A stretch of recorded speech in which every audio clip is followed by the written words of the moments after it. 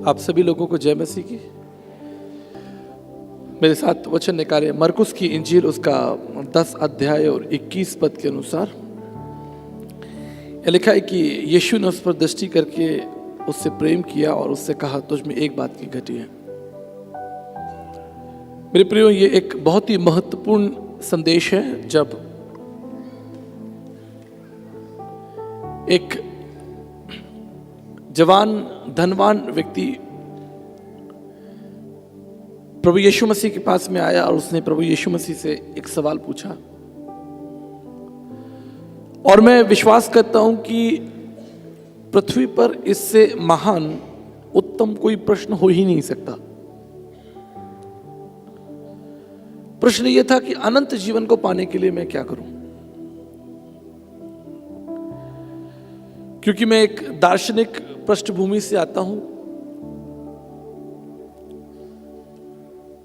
और मैं विश्वास करता हूं कि इस पृथ्वी पर, इस जगत में इससे महान प्रश्न हो ही नहीं सकता कि अनंत जीवन को पाने के लिए मैं क्या करूं। क्योंकि बाइबल बताती है संसार और संसार का वैभव सब कुछ नष्ट हो जाएगा, लेकिन परमेश्वर का राज्य सदा के लिए बना रहेगा।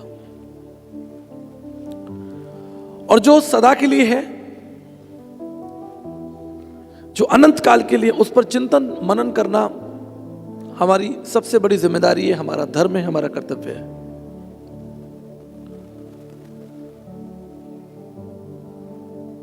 और बाइबल बताती है कि प्रभु यीशु मसीह सर्वज्ञानी प्रभु थे, उन्हें सब पता था। इस पर चर्चा हो चुकी है। प्रभु यीशु मसीह को पता था कि किस मछली के मुंह में सिक्का है। प्रभु को पता था कि जकई पेड़ पर बैठा है। प्रभु को पता था कि फरीसी और शास्त्री मेरे बारे में क्या सोचते हैं। प्रभु को पता था कि किस समय मुझे दुख और पीड़ा और मृत्यु को भोगना है। सर्वज्ञानी प्रभु, जिसे पहले से ही सब पता है। और जब ये जवान प्रभु यीशु मसीह के पास में आया तो वचन मुझे जो आकर्षित करता है वो कहता है कि यीशु ने उस पर दृष्टि करके उससे प्रेम किया। मैं आपसे पूछना चाहता हूं कि यदि आपको किसी व्यक्ति की अभिलाषा पहले से ही पता हो कि ये मुझे धोखा देगा, ये मेरी बात नहीं मानेगा, जो मैं कहूंगा ये उस पर विश्वास नहीं करेगा, यदि आपको पहले से ही पता हो, क्या आप उस व्यक्ति से प्रेम करेंगे? अगर ये बात पहले से ही तय है, ये बात पहले से ही तय है कि ये जवान प्रभु यीशु मसीह पर विश्वास नहीं करेगा और चला जाएगा, यदि प्रभु सर्वज्ञानी है, यदि प्रभु यीशु सर्वज्ञानी है और उसे पता है कि ये व्यक्ति मेरी बात नहीं मानेगा, मेरी बात पर विश्वास नहीं करेगा, तो प्रभु ने उससे क्यों प्रेम किया? यही रहस्य है।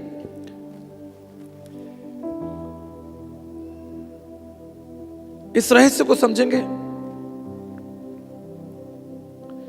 प्रभु हमसे प्रेम करते हैं, ये कोई मजबूरी नहीं है। ये प्रभु की कोई मजबूरी नहीं है कि वो हमसे प्रेम करते हैं। ये उसका स्वभाव है, ये उसका स्वभाव है। ये सब कुछ प्रेम से आरंभ हुआ और प्रेम पर जाकर ही टिक गया। इसे जब आप क्रूस का दर्शन करते हैं, इस लकड़ी की क्रूस का दर्शन करते हैं, इसे देखते हैं, जैसा मैंने अपने संदेश में बताया था कि ये तो मृत्यु का चिन्ह था, पीड़ा का चिन्ह था, अपमान का चिन्ह था, घृणा का चिन्ह था। लोग इससे डरते, छिपते, भागते थे। कोई क्रूस के पास नहीं आना चाहता था। ये भयानक था, लेकिन प्रभु ने इससे प्रेम किया। भारतीय दर्शन में एक विचार एकत्व, एकीकरण, एक हो जाना, जैसे विवाह के बाद पति पत्नी एक हो जाते हैं, या आत्मा में और शरीर में हमारा जो एकत्व है,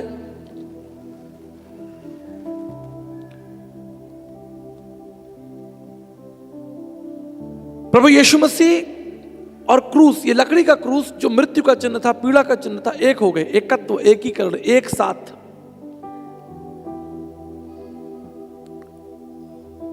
इस संदर्भ को समझने के लिए आपको पीछे मुड़कर देखना होगा। जब कोढ़ी यीशु मसीह के पास में आए, बाइबल कहती है कि यीशु मसीह ने अपना हाथ कोढ़ियों पर बढ़ाया, उन्हें छुआ और उन्हें चंगाई दे दी।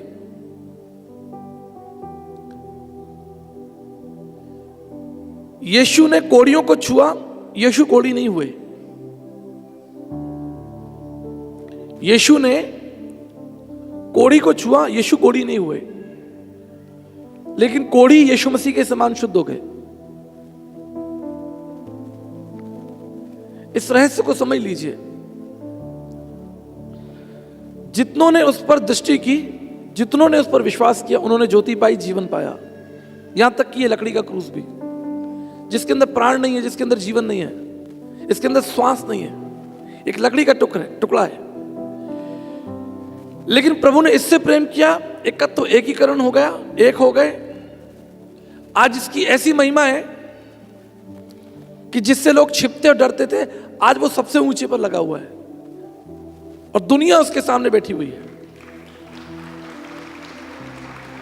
दुनिया इसके सामने बैठी है। अमेरिका देश का राष्ट्रपति भी इसके सामने बैठा हुआ। दुनिया के बड़े बड़े कलाकार, राजनीतिक दल के लोग, नेता, अभिनेता, वैज्ञानिक, बुद्धिजीवी लोग इसके सामने घुटने टिकाते हैं। यदि प्रभु यीशु मसीह का प्रेम इसको शाश्वत कर सकता है, इसको जीवन दे सकता है, शाश्वत कर सकता है, तो वो आपको क्यों नहीं करेगा? और प्रभु को पता है कि ये जवान मेरी बात नहीं मानेगा, फिर भी प्रभु ने उससे प्रेम किया। ये बड़ा रहस्य है। यदि आपको पता चल जाए कि ये व्यक्ति जो मेरे घर आया है, ये मेरी बात नहीं मानेगा, आपको उसकी इच्छा पहले से ही मालूम हो, तो क्या आप उस व्यक्ति को समय देंगे, उससे प्रेम करेंगे? मेरी एक बात याद रखिएगा, धनवान, जो व्यक्ति धनवान है, वो गरीब से कभी प्रेम नहीं कर सकता, कभी नहीं कर सकता। वो गरीब को देखेगा, उसे 10 रुपए, 20 रुपए, 50 रुपए दे देगा, बस बात वहीं तक है। वो उससे प्रेम नहीं करेगा। जो ज्ञानवान है, बहुत पढ़ा लिखा आदमी है, बुद्धिजीवी है, तर्कशास्त्री है, वो किसी मूर्ख व्यक्ति से कभी प्रेम नहीं करेगा। कम पढ़ा लिखा, कोई गांव का हो, कोई चप्पल पहन के घूम रहा हो, गरीब सा हो, उसके पास कोई बुद्धि नहीं, जिसने कभी कॉलेज यूनिवर्सिटी के दरवाजे नहीं देखे, अनपढ़ है, अंगूठा टेक है। एक बुद्धिमान व्यक्ति जो बहुत पढ़ा लिखा है, वो उससे प्रेम कभी नहीं कर सकता। ये सत्य है। और एक शूरवीर, बहुत ताकतवर व्यक्ति, बलशाली व्यक्ति, जिसके पास अथाह शक्ति है, वो कमजोर से प्रेम कभी नहीं कर सकता। ये सत्य है, ये प्रकृति का सत्य है। ज्ञानवान मूर्खों से कभी प्रेम नहीं करेंगे, धनवान गरीबों से कभी प्रेम नहीं करेंगे, और बलशाली कमजोरों से कभी प्रेम नहीं करेंगे। ये मैंने आपको एक एक व्यवस्था बताई। कल्पना कीजिए एक व्यक्ति के अंदर तीनों बातें हों, वो धनवान भी हो, ज्ञानवान भी हो और बलवान भी हो, वो तो कभी किसी से प्रेम नहीं करेगा। उसे जरूरत ही नहीं किसी से प्रेम करने की, क्योंकि वो सर्वशक्तिमान है, सबसे धनवान व्यक्ति है, सबसे बुद्धिमान व्यक्ति है। उससे बुद्धिमान कोई है ही नहीं, उससे धनवान कोई है ही नहीं, उसे किसी को प्रेम करने की आवश्यकता ही नहीं।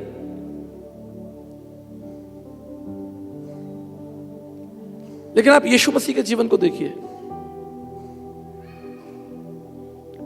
बाइबल बताती है, कुलुसियों का पत्र बताता है, ज्ञान के सारे भंडार उसके अंदर हैं।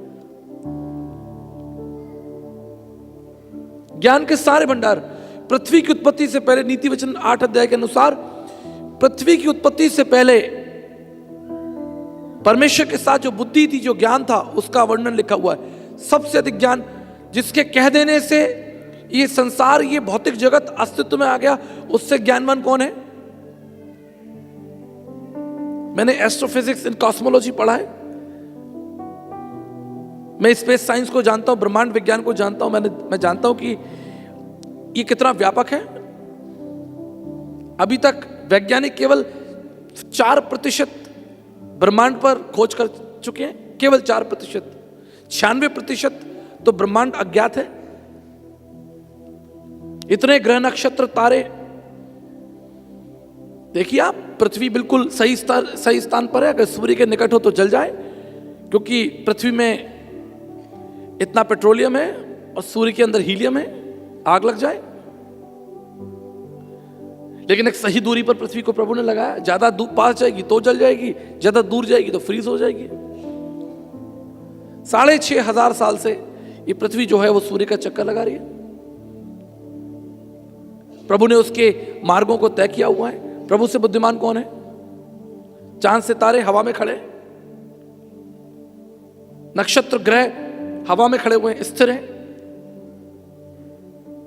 कोई घटना नहीं घट रही।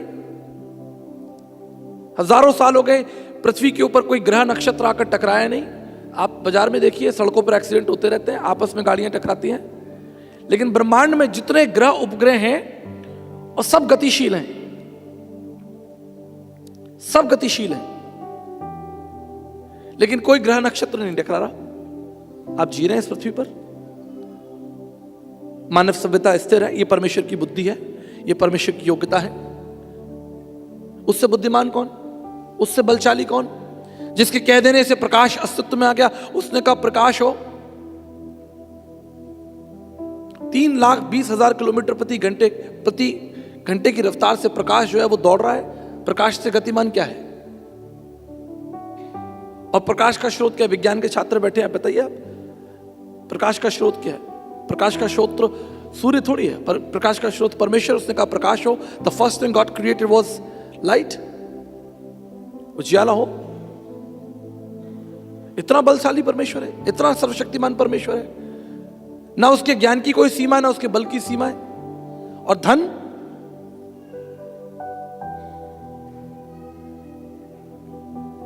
भजन संहिता 24:1 में लिखा है कि पृथ्वी और जो कुछ पृथ्वी में वो सब उसका है।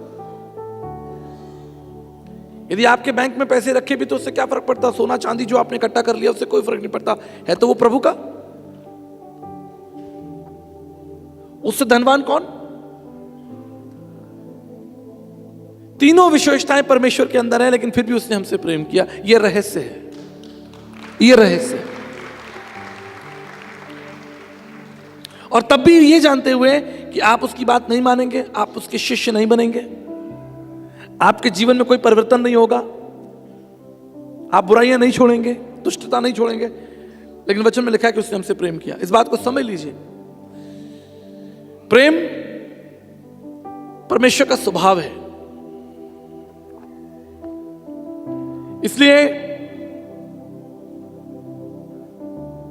यूहन्ना उसके 15 अध्याय और 13 वचन के अनुसार लिखा है, इससे बड़ा प्रेम किसी का नहीं कि कोई अपने मित्र के लिए अपना प्राण दे दे।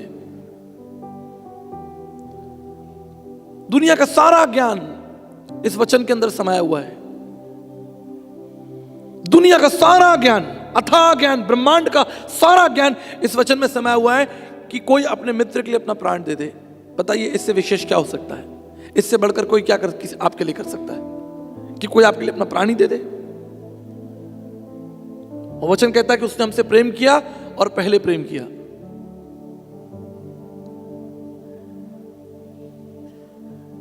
देखिए, एक छोटा बच्चा है, अपनी मां की गोद में है। आप उसे अपनी ओर खींचिए, उसे पकड़िए, वो नहीं आता, वो बार बार मां की तरफ भागता है।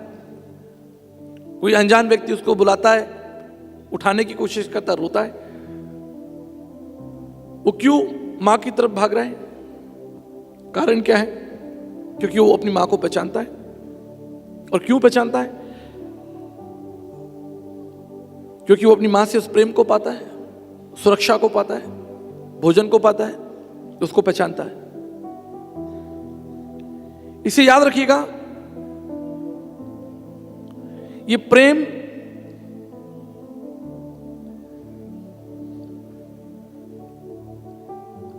संसार के तमाम ज्ञान की धुरी है, आधार है। जितना भी संसार में ज्ञान है, उसकी जो धुरी है, उसका जो केंद्र है, वो प्रेम है।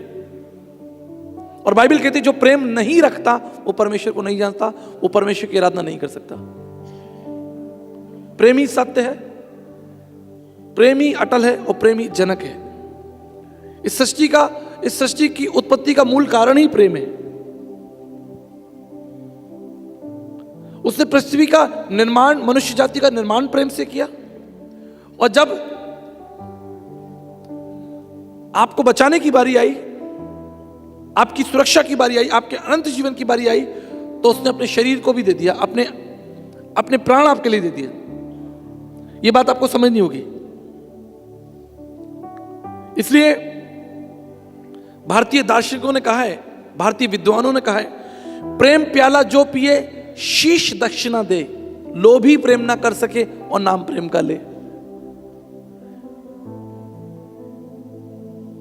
प्रेम प्याला जो पिए शीश, उसे अपनी गर्दन कटानी पड़ेगी, अपने प्राण देने। जो अगर प्रेम करने का दावा करता है कि मैं प्रेम करता हूं, तो जब तक वो अपना अस्तित्व समाप्त ना कर दे, अपनी गर्दन ना कटा दे, प्रेम सत्य प्रकट नहीं हो सकता। इसके कई भावार्थ हैं।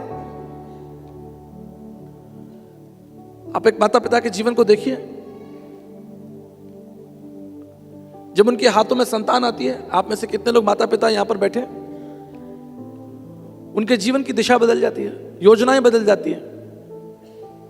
मेरी मां शास्त्रीय संगीत में गोल्ड मेडलिस्ट है।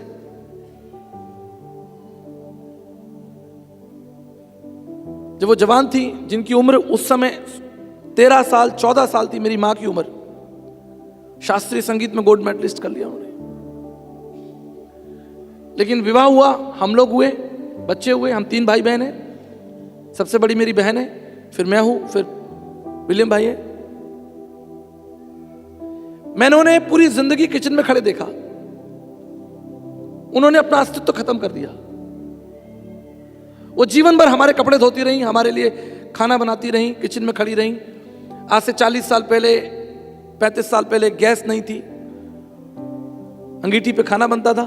सुबह सुबह 4 बजे, जिन हाथों में हारमोनियम होना चाहिए था, उसमें हथौड़ी और कोयले हैं। सुबह 4 बजे उठकर 4-4 किलो 5-5 किलो कोयला तोड़ना, 2-2 अंगीठियां जलाना, गर्म पानी करना, भोजन तैयार करना, पिताजी को ऑफिस भेजना, बच्चों को तैयार करके स्कूल भेजना। जिस समय हम स्कूल में पढ़ रहे होते थे तो दोपहर के खाने की तैयारी हो रही थी। दोपहर के खाना खा के अभी समाप्ति नहीं हुआ, रात के खाने की तैयारी हो रही है। अस्तित्व खत्म कर दिया उन्होंने अपना। एक मां ने अपने बच्चों की परवरिश के लिए अस्तित्व खत्म कर दिया, मिटा दिया अपने आप को। यही तो प्रेम है। एक पिता को देखिए, सारी जिंदगी मेहनत करता है, खुद दुख उठाता, तकलीफ उठाता, लेकिन अपने बच्चों के लिए जीता। जाऊंगा रोटी कमाकर बच्चों के लिए लेकर आऊंगा। जितने जवान बैठे ध्यान से सुन लीजिए। इससे बाइबल कहती है तो अपने माता पिता का आदर करना, प्रेम करना, उनकी चिंता करना। एक पिता अपनी जवानी को खत्म कर देता है बच्चों के लिए। इसलिए तो दार्शनिकों ने कहा था, भारतीय दार्शनिकों का था, प्रेम प्याला जो पिए शीश दक्षिणा दे। उसको अपना जीवन, अपना अस्तित्व खत्म करना पड़ेगा, उसे मरना होगा। प्रेम को सिद्ध करने के लिए, प्रेम के प्रकटीकरण के लिए उसे मृत्यु को चखना पड़ेगा। और ये जो व्यवस्था है जिस पर हम अध्ययन कर रहे हैं, प्रेम को अध्ययन कर रहे हैं, इसका जनक कौन? इसका जनक परमेश्वर। यदि प्रभु ने हमसे प्रेम नहीं किया होता तो क्या हम प्रेम के महत्व को समझते?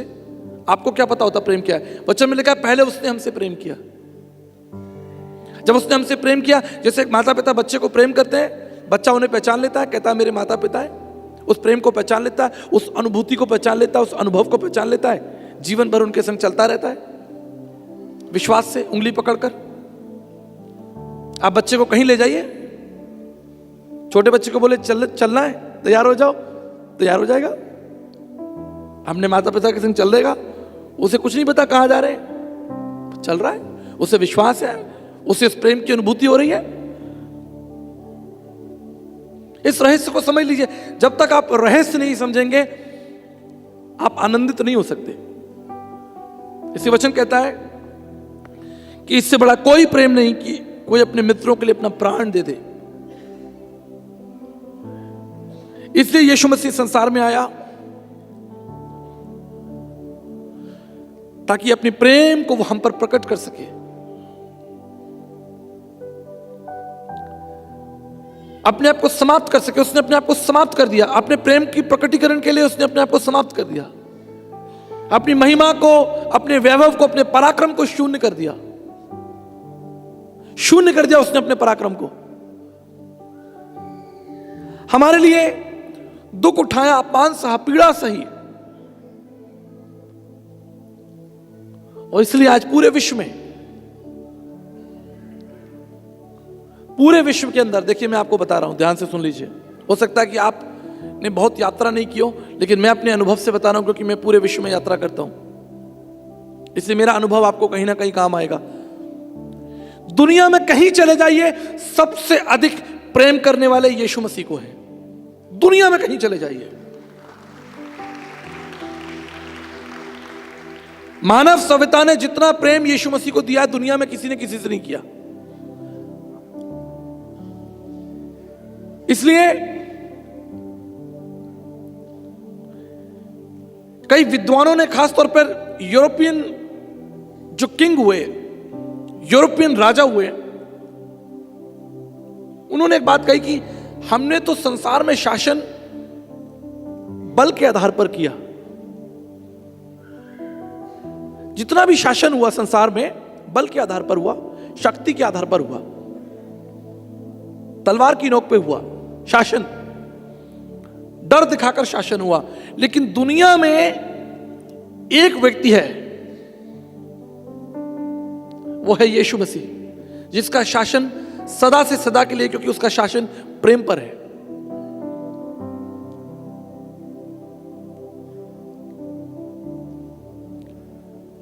विद्वानों ने कहा कि हमने तो दुनिया में लोगों को मारकर, उनका कत्ल करके, उन्हें मारकर उन पर शासन किया,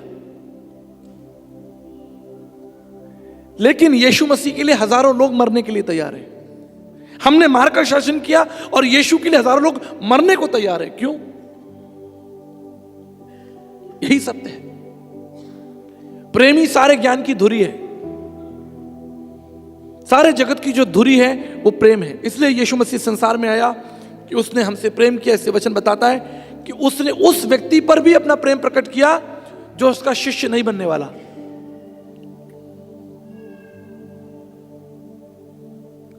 आप किसी राजनीतिक दल के व्यक्ति हो, आप दूसरे राजनीतिक व्यक्ति के पास जाएं, वो आपको घृणा की दृष्टि से देखेगा। आप किसी गुरु के शिष्य हो, आप दूसरे किसी गुरु के पास जाएं और उसको जाकर आप ये कह दें कि मेरे गुरु तो वो हैं, देखिए वो आपसे घृणा करेगा, क्योंकि आप उसके शिष्य नहीं हैं। मेरे उदाहरण दावे के साथ होते हैं, आप करके देख लीजिएगा।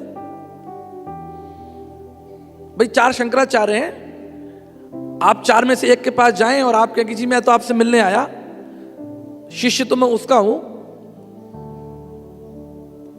तो शंकराचार्य जी कहें तो मेरे पास क्या लेने आए आप, उन्हीं के पास जाइए। अरे भाई कम से कम चाय तो पी लूं आपके साथ।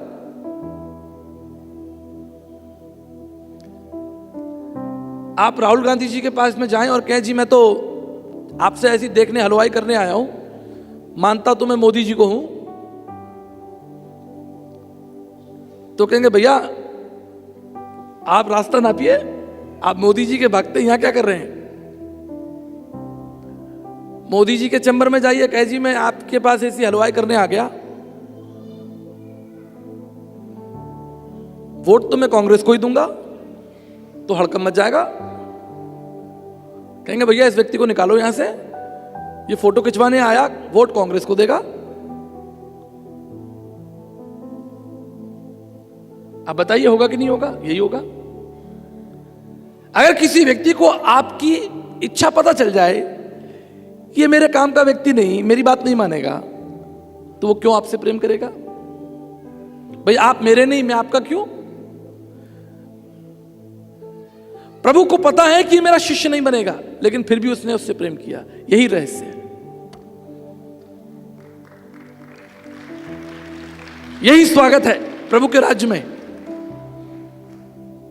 आपका भी स्वागत है। जो लोग उसकी निंदा करते हैं, जो उससे बैरभाव रखते हैं, जो उससे गालियां देते हैं, उनका भी स्वागत है प्रभु यीशु मसीह के पास में। वो आपकी निंदा नहीं करेगा, वो हथियार नहीं उठाएगा, आपसे प्रेम ही करेगा। इसलिए एक बड़ा सुंदर दोहा है, रहीमन खोजे ईख में जहां रसनी की खान, जहां गांठ तहां रस नहीं, यही प्रीति में हान। क्या मतलब हुआ? आपने गन्ना देखा? गन्ना, गन्ने में बीच बीच में गांठ होती है, उसमें रस नहीं होता।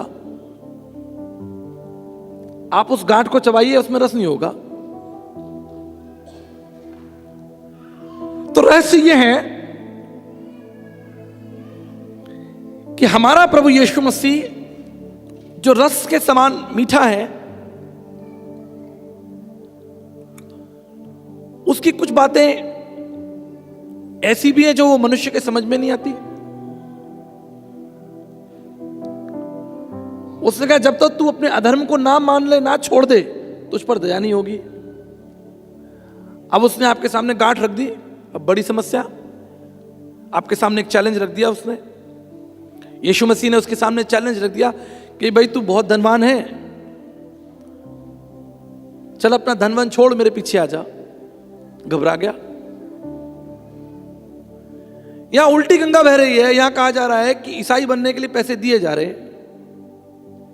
बाइबल कह रही है तू अपना सब कुछ छोड़कर मेरे पीछे आ।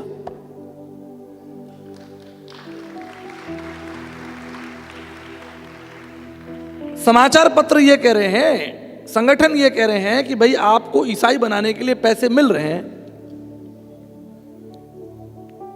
यही तो चल रहा है। और यीशु मसीह कह रहे हैं कि तू अपना सब कुछ छोड़ छाड़ के मेरे पीछे आ, तब तू मेरा शिष्य कहलाएगा।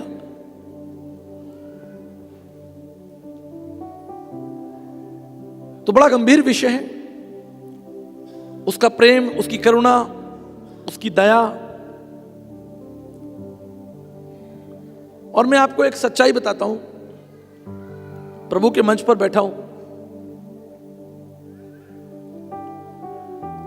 सन 2002 या 2003 से मैंने अपनी सेवा शुरू कर दी थी, छोटी मोटी सेवा। 2005 में प्रभु ने मुझे कहा कि नहीं अब तू पूर्णकालीन सेवा में आ जा। तो 22 अक्टूबर 2005 को मैं पूर्णकालीन सेवा में आ गया। पढ़ा लिखा सज्जन तो मैं था ही, आपको पता ही है, उसमें कोई दो राय नहीं। प्रभु ने मुझे बुद्धि दी, पढ़ने लिखने की योग्यता दी, अच्छा मन दिया, किताबों से मेरी प्रेम है, और बड़ी बुद्धि और बड़े तर्क से, बड़ी शक्ति से मैं प्रभु का प्रचार करता था। 2003, 4, 5, 6, 7 बड़े तर्क के साथ, बड़ी ऊर्जा के साथ करता था। लेकिन 8 अक्टूबर 2008 को, 8 नवंबर 2008 को मेरी बड़ी बेटी का जन्म हुआ, जिसका नाम आर्निका है।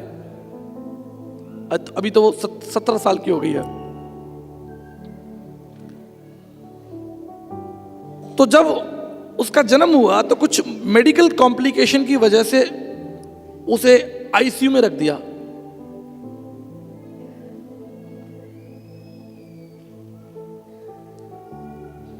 अब बड़ा मैं परेशान हो गया कि भाई छोटी बच्ची है, अभी इस संसार में आई, हमने उसके लिए इतनी प्रार्थनाएं की हैं, अभी तो हमने उसे देखा भी नहीं, उठाया भी नहीं, उसे आईसीयू में ले गए। पहला दिन, दूसरा दिन मैं दरवाजे पर खड़ा रहता आईसीयू के बाहर। मैंने कहा डॉक्टर साहब मैं उसे उठा लूं, देख लूं। डॉक्टर कहते रुको रुको, अभी आप रुको। लेकिन अंततः मुझे जाने का जब मौका मिला और मैं आईसीयू में अंदर गया और मैंने उस बेटी को देखा जो नर्सरी में वहां रखी हुई थी, उसके चारों तरफ वो सब मेडिकल जो जाल होता है तारों का, वो सब लगा हुआ। छोटी सी बच्ची, मशीनें लगी 8 तरह की, उसकी रीडिंग चल रही है। और मेरे हृदय के अंदर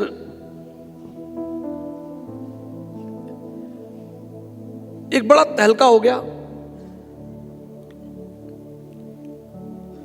और जब मैंने उस बच्ची को देखा तो सबसे पहले जब मेरी उससे आंखें मिली, आप मेरी बड़ी बेटी को देखेंगे, उसकी जो आईज हैं बड़ी अच्छी हैं, ग्रीन रंग की आईज हैं। उसने मुझे देखा और उसे कुछ नहीं मालूम कि मैं कौन हूं, क्या हूं, बस देख रही कोई है भाई। अब मैं उसको प्यार करना चाहता हूं, लेकिन मैं उस मशीन तक कैसे पहुंचूं? आईसीयू की जो मशीन उसमें अंदर वो लेटी हुई है, तो उसको मैं प्यार भी नहीं कर सकता। डॉक्टर कह रहा है दूर से दूर से दूर से भाई, छूना नहीं।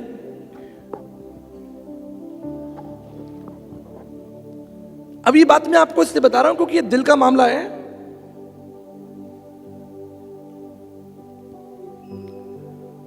फाइनली जब मैं आईसीयू से बाहर आया, मैं डॉक्टर के कमरे में गया। मैंने कहा डॉक्टर साहब, ये कब बच्ची बाहर निकलेगी, कब आप इसे मुझे हाथों में देंगे? कहते हैं साहब अभी तो 2-3 दिन और लगेंगे। मेरी हालत खराब। मैंने कहा उस बच्ची को मुझे अभी उठाने में, घर ले जाने में 3 दिन और लगेंगे? मैं आपको सच बताता हूं,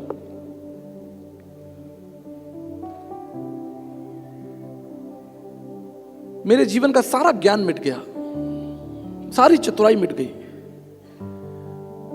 क्योंकि अब मैं एक पिता की दृष्टि से संसार को देख सकता हूं। एक पिता ने जन्म लिया है, एक बच्चे ने जन्म तो लिया ही लिया है, लेकिन एक पिता ने जन्म लिया है। यह रहस्य है। तब तक मेरे प्रचार में बुद्धि और मेरी योग्यताएं, भाई जो व्यक्ति कंप्यूटर साइंस का स्टूडेंट हो, आईटी प्रोफेशनल हो, सारे प्रोग्रामिंग लैंग्वेज का एक्सपर्ट हो, जो रिलीजन एंड फिलॉसफी का स्टूडेंट हो, जो 6-6 घंटे हिस्ट्री पढ़ता हो, जिसने गीता, रामायण, महाभारत, उपनिषद, वेद, पुराण, श्रुति, काव्य ग्रंथ पढ़ रखे, जो स्पेस साइंस पढ़ रहा, कॉस्मोलॉजी एंड एस्ट्रोफिजिक्स में कॉस्मोलॉजी को अध्ययन कर रहा, आप उसके ज्ञान का स्तर समझ रहे हैं? लेकिन मैं आपको सच बताता हूं, सारा ज्ञान जो है वो धूमिल हो गया, क्योंकि एक पिता ने जन्म ले लिया और संसार बदल गया मेरे लिए। संसार को देखने का नजरिया बदल गया। तब मैं समझ में आया कि पिता परमेश्वर की हालत क्या है। तब तक तो लग रहा था परमेश्वर मनुष्य बना, हमारे बीच में रहा, उसने दुख उठाया, वो पानी पे चला। एक बार पिता बन जाओ, आपको सब आटे दाल का भाव पता चल जाएगा।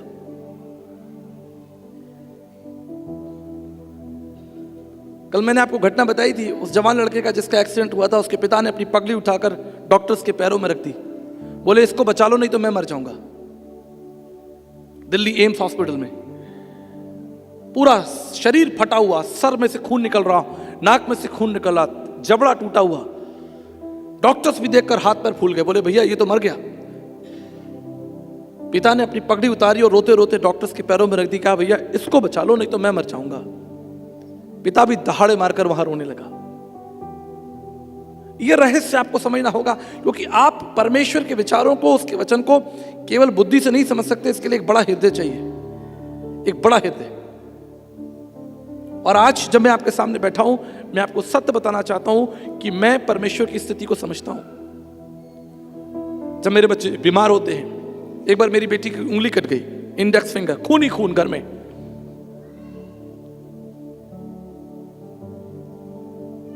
आपको मैं यकीन दिलाना चाहता हूं कि जब मैंने अपनी बेटी का रक्त जमीन पर देखा, मेरी आंखों के सामने अंधेरा आ गया, मैं बेहोश होकर गिर गया।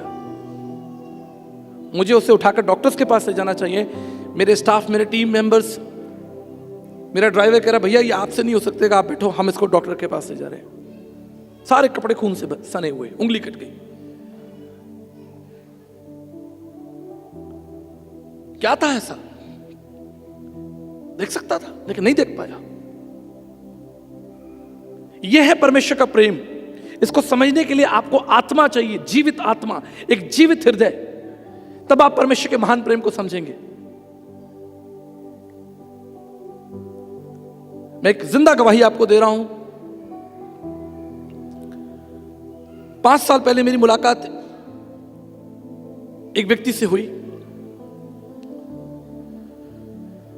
पास्टर्स कॉन्फ्रेंस थी और मैं भोजन कर रहा था। एक व्यक्ति मेरे पास में आया, उसने कहा कि आचार्य जी, मैं आपके संग बैठकर भोजन कर सकता हूं और मुझे अपनी गवाही आपको बतानी है। मैंने कहा आपका स्वागत है, आप बैठिए। उसने कहा साहब मुझे 10 मिनट दीजिए, मैं अपनी गवाही आपके सामने शेयर करना चाहता हूं। भोजन कर रहा था, मैंने कहा ठीक है, आपके पास समय है, बताइए। उसने कहा सर मैं विश्वासी नहीं था, मेरी एक किराने की दुकान थी और उस दुकान में एक बार एक मसीह सेवक आया और उसने मुझे एक पर्चा दिया प्रभु के बारे में। मैंने उस पर्चे का आदर किया और उसे रख लिया। 3 दिन बाद मेरी बेटी का जन्मदिन था, जिसकी उम्र 4 साल थी। तो इस व्यक्ति ने सोचा कि भाई मेरी बेटी का जन्मदिन है, क्यों ना मैं वो व्यक्ति जो मुझे पर्चा देकर गया, ईसा मसीह का पर्चा देकर गया, उसको मैं जन्मदिन पे बुला लूं और अपने बच्चे के लिए प्रार्थना भी करवा लूं। तो उसने उस पास्टर को फोन किया कि पास्टर साहब मेरी बेटी का बर्थडे है और आप आइए। और ये परिवार विश्वास में नहीं था, ये जिसकी दुकान थी ये विश्वास में नहीं था। पास्टर साहब अपनी पत्नी के साथ और 2-3 सहयोगियों के साथ बर्थडे में गए। वो कम से कम 500 लोग बर्थडे मना रहे, मोहल्ले पड़ोस के लोग इकट्ठा, रिश्तेदार इकट्ठा, और बच्ची जिसका जन्मदिन था वो खेल रही थी, नए कपड़े पहनी हुई, फूलों के हार से, नए जूते पहनकर, और पास में केक रखा, पूरा घर सजा हुआ, पड़ोसी और रिश्तेदार इकट्ठा। अचानक क्या हुआ कि बच्ची जो जिसका जन्मदिन था, ये खटिया के ऊपर, गांव में खटिया के ऊपर बच्चे खेलते हैं, खेलते खेलते नीचे गिर गई। अभी बच्ची जब नीचे गिर गई, इसको ब्रेन हेमरेज हो गया, ऑन स्पॉट इसकी डेथ हो गई। ये सच्ची घटना है, ऑन स्पॉट उसकी डेथ हो गई बर्थडे वाले दिन। मृत्यु तो अटल है, सत्य है, इस पर हम चर्चा कर चुके हैं, परंतु किसी की मृत्यु उसी के जन्मदिन पर हो जाए, इससे अशुभ और क्या होगा। और वो भी 4 साल की बच्ची। जीवन तो अभी आरंभ हुआ, हड़कंप मच गया, हड़कंप मच गया। सारे लोग चीखने चिल्लाए। लड़की को डॉक्टर के पास आया, डॉक्टर ने देखा कि भाई ये तो नहीं रही संसार में, चली गई। अब ये पति पत्नी क्या करें? जवान दहाड़े मार के रोए, सर पटके अपना दीवारों से जमीन पर, अपने आप को मारे, अपने बाल खींचे। सारे रिश्तेदार भाग गए, सब लोग भाग गए डर के मारे। और उस व्यक्ति ने मुझे गवाही दी कि वो पास्टर जी तो कहीं छुपी गए, कहीं ऐसा ना हो कि मेरे ऊपर कोई आरोप प्रत्यारोपण हो जाए। जब 8-10 दिन निकल गए, ये परिवार निराशा में था, दुख में था, चिंता में था। इसकी निगाह उस पर्चे पे पड़ी जो उस पास्टर ने उसको 1 हफ्ते पहले, 10 दिन पहले दिया था, और वहां लिखा कि अपनी सारी चिंता यहोवा पे डाल दे, तुझे से यही वाला वचन ही है, पहला पत्रस 5:7। अब इस व्यक्ति ने इस पास्टर को फोन लगाया कि पास्टर जी, अब पास्टर जी के गले में जवाब नहीं। क्या जवाब दें पास्टर जी? आप कौन सा वचन दोगे? आप मुझे बताओ। किसी की मृत्यु हो जाए, छोटे बच्चे की मृत्यु हो जाए, आप क्या वचन दे दोगे? मैं 25 साल से बाइबल पढ़ा रहा हूं।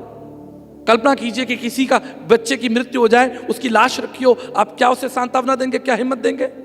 बड़ी कठिन परिस्थिति और मानवीय परिस्थिति है, स्वीकार करना पड़ेगा। इसमें आत्मिक नहीं हो सकते आप।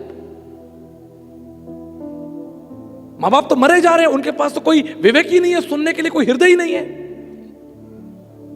इस व्यक्ति ने फोन लगाया कि पास्टर जी, वो आपका वचन पर्चे में तो लिखा था कि अपनी सारी चिंता, अब पास्टर जी के पास कोई जवाब नहीं। बोले भाई साहब, मैं खुद परेशान हूं, मैं आपसे क्या कहूं।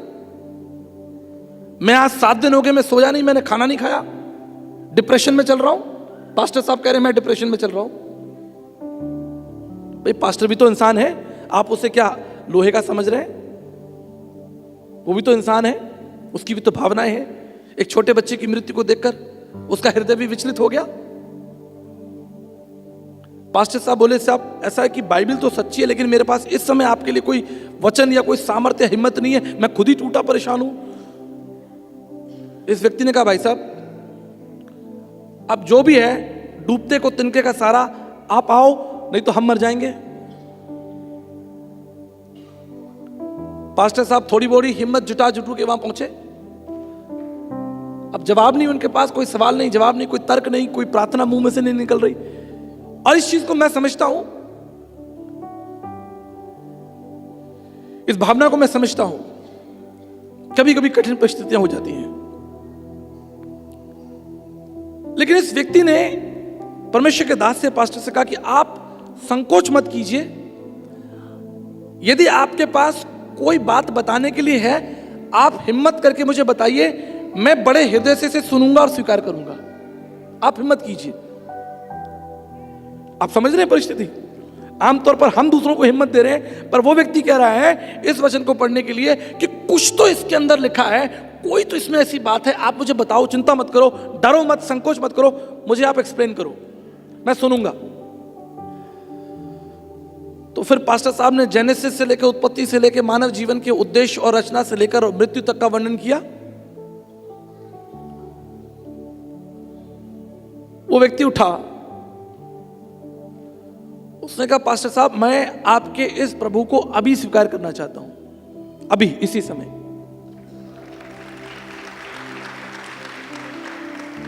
और बोले केवल स्वीकार ही नहीं करूंगा, मैं इस प्रभु की अब सेवा करूंगा, मैं भी पास्टर बनूंगा।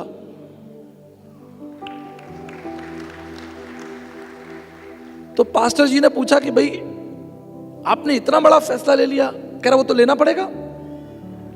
मैं और परमेश्वर एक ही कश्ती में है, एक ही बोट में है। जो परमेश्वर की हालत है वही मेरी हालत है। जैसे मैंने अपना बच्चा खोया, ऐसे परमेश्वर ने सारी दुनिया को खोया। जब मेरे हृदय में मेरी संतान के लिए तड़प है, तो परमेश्वर के हृदय में तमाम जातियों के लिए, तमाम भाषाओं के लोगों के लिए जो मर रहे हैं, अंधकार में पड़े, तड़प क्यों नहीं होगी? मैं और परमेश्वर एक ही स्थान पर खड़े हैं और हम संसार को समझ सकते हैं। और आज से मैं परमेश्वर का सेवक बनूंगा। यह है परमेश्वर का प्रेम जो परिस्थिति को बदलता है। जीवन की किसी भी कठिनाई में आप पड़ जाएं, याद रखिएगा, जीवन के जिस कठिन सफर में आप यात्रा कर रहे हैं, उस कठिन सफर में परमेश्वर का पुत्र यीशु मसीह भी यात्रा कर गया है। आपकी कोई ऐसी चिंता नहीं है, लिखा है ना, अपनी सारी चिंता ऐसी डाल दो। कोई ऐसी चिंता नहीं है जो उसके पास नहीं थी। और आप तो कुछ भी नहीं है। आप क्या है? कुछ भी नहीं है। वो तो प्रभु महान परमेश्वर था, स्वर्ग और पृथ्वी का स्वामी था।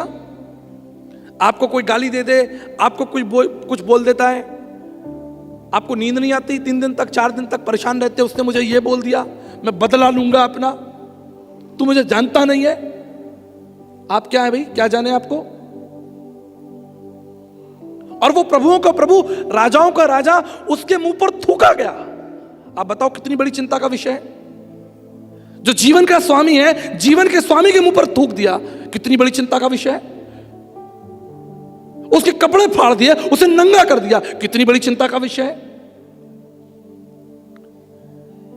हमारे जीवन में, आपके जीवन में थोड़ा मोड़ा कष्ट होता है, हम चरमराने लगते हैं, बुड़बुड़ाने लगते हैं। इसलिए प्रभु का वचन कहता है, कोई भी ऐसी चिंता नहीं जिससे वो निकला नहीं, कोई भी ऐसी परेशानी नहीं, ऐसी दिक्कत नहीं, शारीरिक पीड़ा मैं कह सकता हूं। यही बात मैंने विनय साहब से कही थी। मैंने कहा भाई आपके ऊपर एफआईआर हो गई, कोई बात नहीं, हमारे प्रभु के ऊपर भी एफआईआर हुई नहीं हुई? आप बताओ। उसे क्रूस पर चढ़ा दिया गया, उसका राज्य रुका क्या? उसका काम रुका क्या? उसका काम कभी नहीं रुका और ना कभी उसका रुकेगा, क्योंकि स्वर्गदूतों ने कहा था उसके राज्य का कभी अंत नहीं होगा। आप जो काम कर रहे हैं उसे करते रहिए। परेशानियां आएंगी, निराशा आएंगी, चिंताएं होंगी, लेकिन आप आगे बढ़ते रहना। आज वो व्यक्ति जिसने 4 साल की बच्ची को खोया, आज वो एक पास्टर है, एक सेवक है। बताइए, मृत्यु में से कोई जीवन निकल सकता है क्या? मृत्यु में कोई आशा है क्या? आप मुझे बताइए, मृत्यु के अंदर क्या आशा है? जब कोई व्यक्ति मरी गया, उसमें क्या आशा है? यहूदियों ने सोचा कि हमने यीशु मसीह को मार लिया, अपना काम निपटा लिया, हो गया काम, हम जीत गए। बड़े खुश हो गए वो, उस रात पार्टी मनाई, दावत उड़ाई कि हम जीत गए, यीशु मसीह को मार डाला, काम तमाम हो गया, क्रूस पर चढ़ा दिया, अंत हो गया, कब्र में लाश फेंक दी, आओ हम बैठकर पार्टी करें। क्या मृत्यु से कोई शुभ संदेश निकल सकता है क्या? लेकिन हम जानते हैं कि मृत्यु से कैसा शुभ संदेश निकलता है। ऐसा शुभ संदेश निकला मृत्यु से कि पूरी दुनिया में छा गया। पूरी दुनिया के अंदर दुनिया के बड़े बड़े विद्वान इस प्रेम में विवश हो गए। दुनिया के बड़े बड़े वैज्ञानिक, मैंने 100 देशों की यात्रा की। विश्व का सबसे बड़ा डॉक्टर फ्रांसिस कॉलिंस, अमेरिका का 16th health minister, one of the top scientist in the world, doctor Francis Collins कहता किसी को परमेश्वर पढ़ना हो, सीखना हो, मेरी लाइब्रेरी में आ जाना, मेरी लेबोरेटरी में आ जाना, मैं तुम्हें यीशु मसीह के बारे में बताऊंगा। रेमंड डैमेडियन, जिन्होंने एमआरआई की मशीन बनाई, यदि आप डॉक्टर हैं तो आपको पता होगा रेमंड डैमेडियन के बारे में, जिसने एमआरआई की मशीन बनाई। किसी ने उससे पूछा कि जी आपने तो बहुत बड़ी उपलब्धि कर ली, चिकित्सा विज्ञान में आपने इतनी बड़ी उपलब्धि कर दी कि आपने एमआरआई मशीन बना दी। उसने कहा सबसे बड़ी उपलब्धि ये नहीं कि मैंने एमआरआई मशीन बनाई, मेरी सबसे बड़ी उपलब्धि यह है कि मैं जीवन के कर्ता को जानता हूं, उस प्रभु को जानता हूं।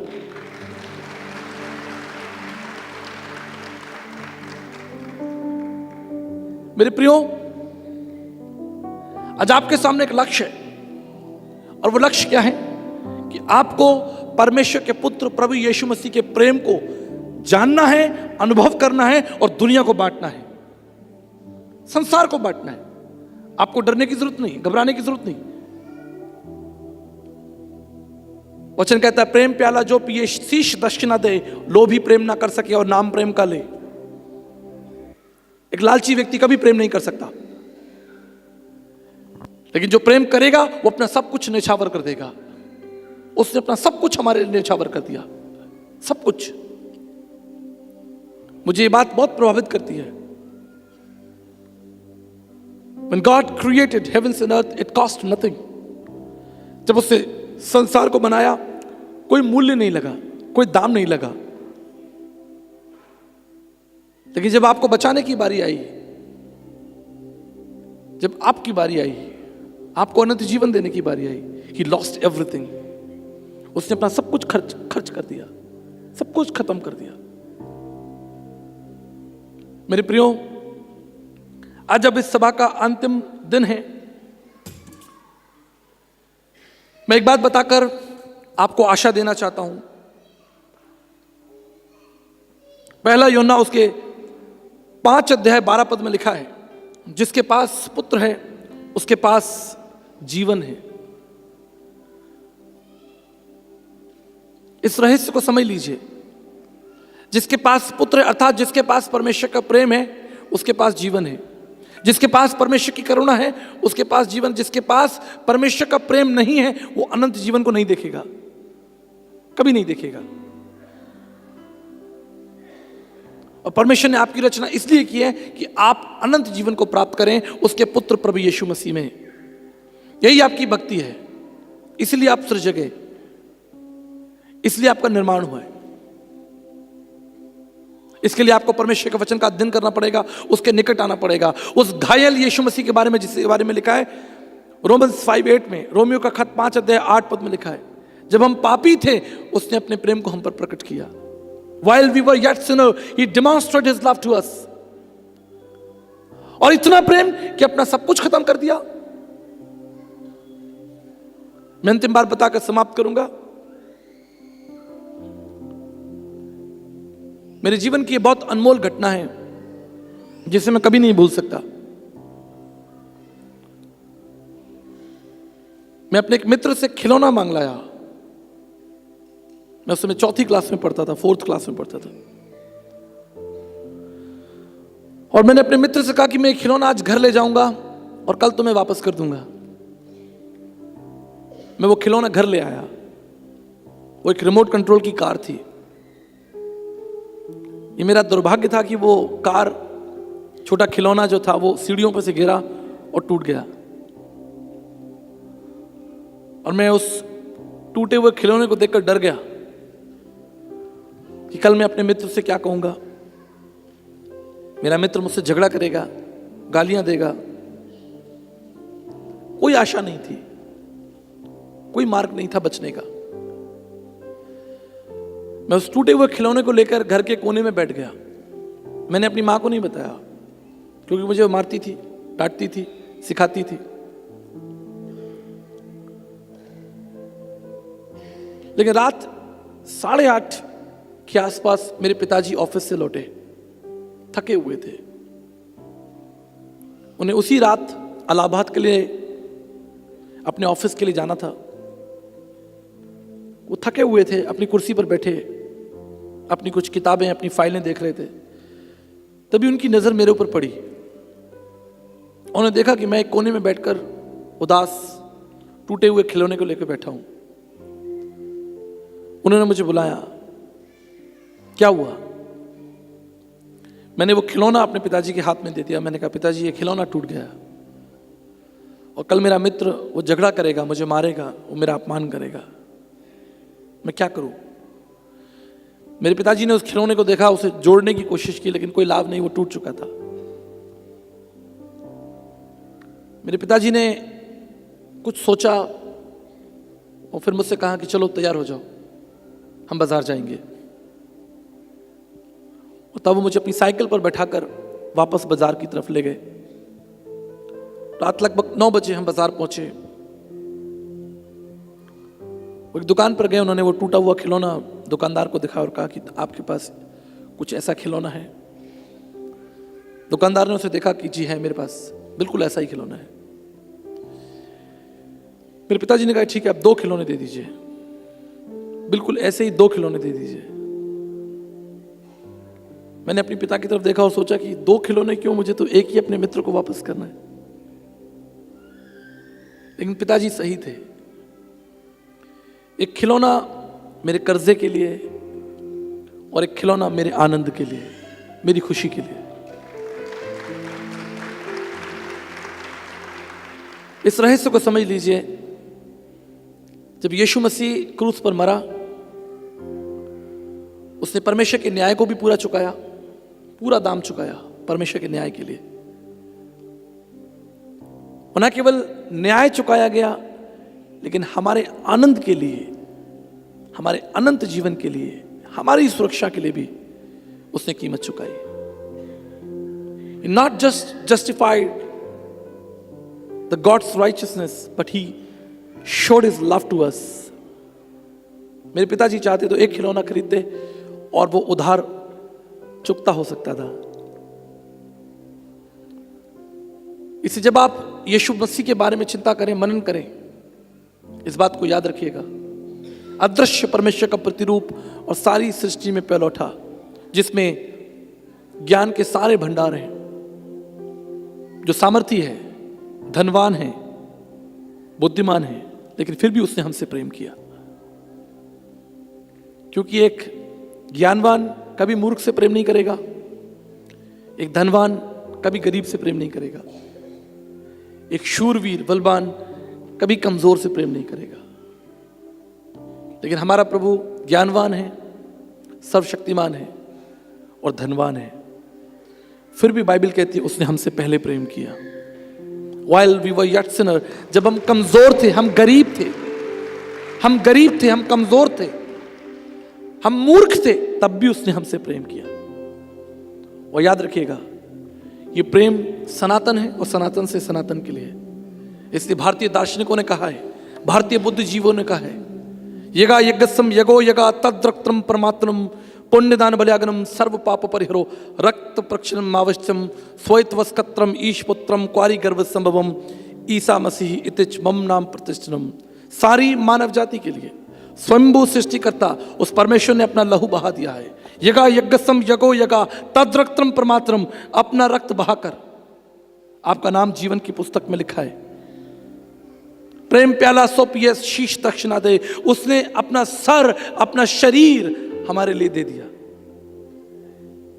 इसलिए ऋषि वेदव्यास जी कहते हैं श्वेत वस्कत्रम, वो पवित्र है, ईश पुत्रम परमेश्वर का पुत्र है, क्वारी गर्भ संभवम, जिसका जन्म क्वारी कन्या से हुआ, ईसा मसीह इतिच मम नाम प्रतिष्ठनम, उसका नाम यीशु मसीह है जो सब नामों में श्रेष्ठ है। और ये आपकी जिम्मेदारी है कि आप इस नाम के पीछे चलते रहें। इसने अपना सर्वज्ञ, अपना सब कुछ आपके लिए लुटा दिया। अब आपकी बारी है, अब आपकी बारी है कि आप अपना सब कुछ उस परमेश्वर के हाथों में दें।